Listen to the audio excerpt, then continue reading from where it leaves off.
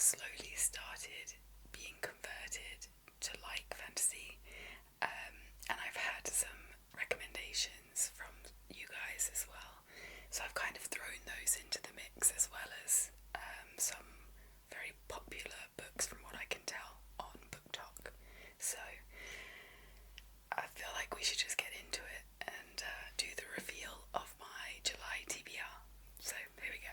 Book 1 is The Invisible Life of Addie LaRue, and it was actually a book that popped up a lot on BookTok, but also it was a recommendation from a viewer, so thank you so much for that.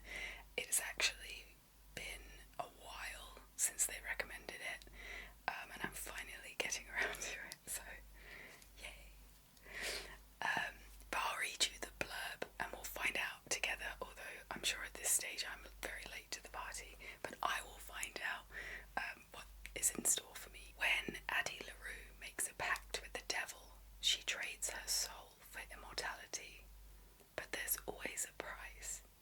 The devil takes away her place in the world, cursing her to be forgotten by everyone.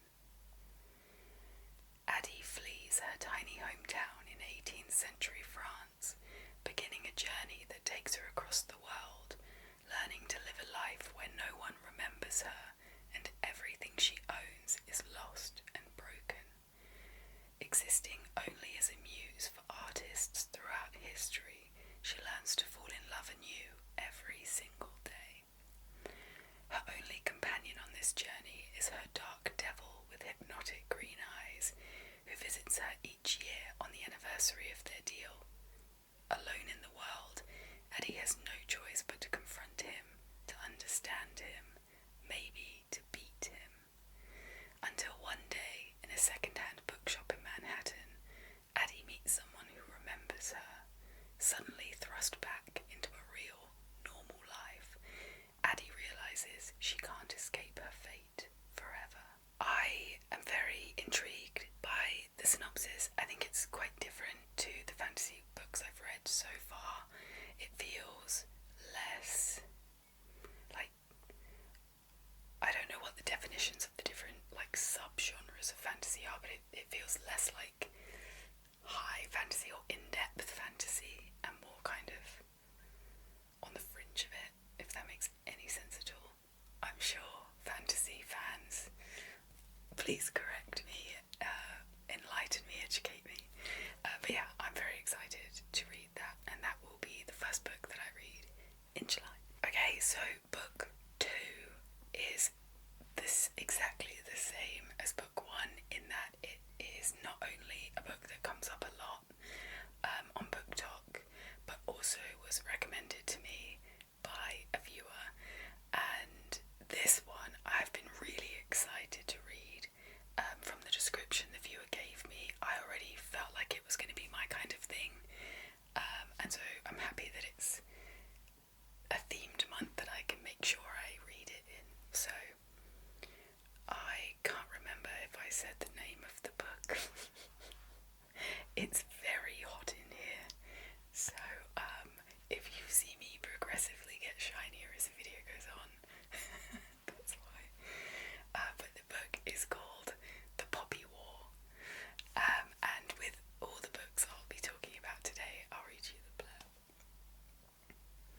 When Rin aced the Keiju, I think that's how you say it, the test to find the most talented students in the Empire, it was a shock to everyone.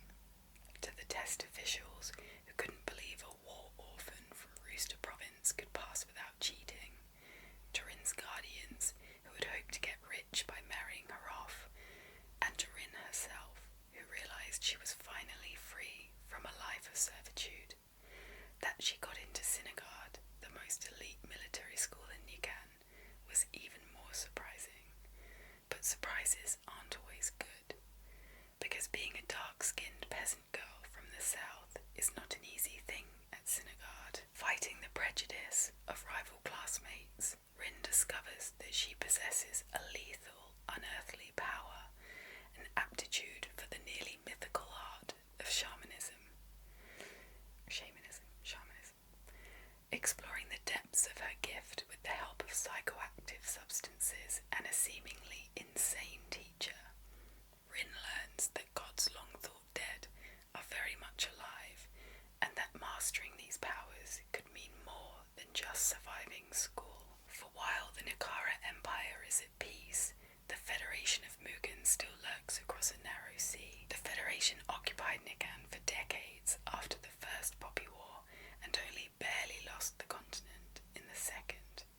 And while most people calmly go about their lives, a few are aware that a third Poppy War is just a spark away. The thing that I'm most drawn to about this book is the fact that it is kind of rooted in mythology and history. It's like a historical, mythological fantasy. And even just hearing the word like myth, it makes me think of books kind of like Circe, which I adored, and also anything that is semi-rooted in historical periods of time also really appeals to me, because I love learning about different cultures or different periods of history. So if you combine that even within a fantasy book, I'm down. So very, very intrigued to read The Poppy War. Book number 3 is a book that, even if I couldn't find it on BookTok, I probably would have just said that I did just so I could read it, because it is The Song of Achilles by Madeline Miller, and I will read you the blurb. Greece in the age of heroes, Patroclus, an awkward young prince, has been exiled to the court of King Peleus and his perfect son Achilles. Despite their differences, Achilles befriends the shamed prince, and as they grow into young men skilled in the arts of war and medicine, their bond blossoms into something deeper, despite the displeasure of Achilles' mother Thetis, a cruel sea goddess. But when word comes that Helen of Sparta has been kidnapped, Achilles must go to war in distant Troy and fulfill his destiny.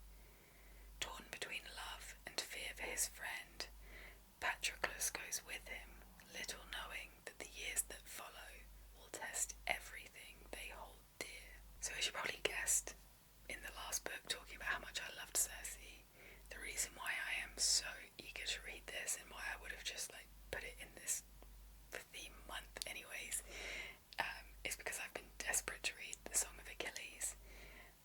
I'm pretty sure it's a prequel. I don't think, as far as I'm aware, the characters in Circe, apart from the ones mentioned, don't overlap. Either way, I'm very excited to read this book. I have heard it's sad though. One of my friends has read it and said that they ugly cried. So I'm gonna have to steel myself for that one. But I also have heard other people saying it's not as good as Circe, so we shall see. But that is book 3. Book 4. There were a few that I was kind of torn between. I was trying to get quite a wide variety within fantasy, and whether I was successful or not, you can tell me. But number 4 is A Study in Drowning. Effie has always believed in fairy tales. She's had no choice. Since childhood, she's been haunted by visions of the Fairy King. She's found solace only in the pages of Angarad, a beloved epic about a mortal girl who falls in love with the Fairy King and then destroys him. Effie's tattered copy is all that's keeping her afloat through her stifling first term at her prestigious architecture college. So when the late author's family announces a contest to design his house, Effie feels certain this is her destiny. But Hereth Manor is an impossible task, a musty, decrepit estate on the brink of crumbling into a hungry sea. And when Effie arrives, she finds she isn't the only one who's made a temporary home there. Preston Hillary, a stodgy young literature scholar, is studying Murden's papers and is determined to prove her favourite author is a fraud. As the two rival students investigate the reclusive author's legacy, Piecing together clues through his letters, books, and diaries, they discover that the house's foundation isn't the only thing that can't be trusted. There are dark forces, both mortal and magical, conspiring against them, and the truth may bring them both to ruin. I always feel like the very last line in fantasy books is always so dramatic, like over dramatic, like a movie trailer. But anyways, yeah, so I chose this one because we're into fairy tale-ish-esque territory, I think. Or maybe I just saw that in the very first paragraph and was like, you'll do. So yeah, so we've got like the light touch fantasy, in my opinion, from what I gathered.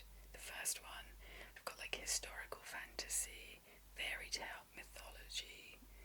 So yeah, hopefully a broad range. Am I ecstatic to read it? Am I champing at the bit to read it?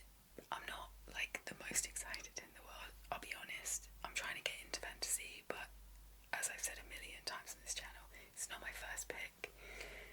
And I was kind of trying to avoid series. I feel like so many fantasy books, if not most of them, are book series, and I don't really want to get into a series.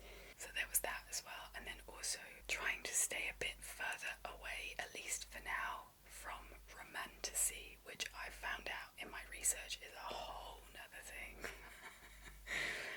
And as I'm very not romance girly, I figured delving into fantasy itself is like enough for now.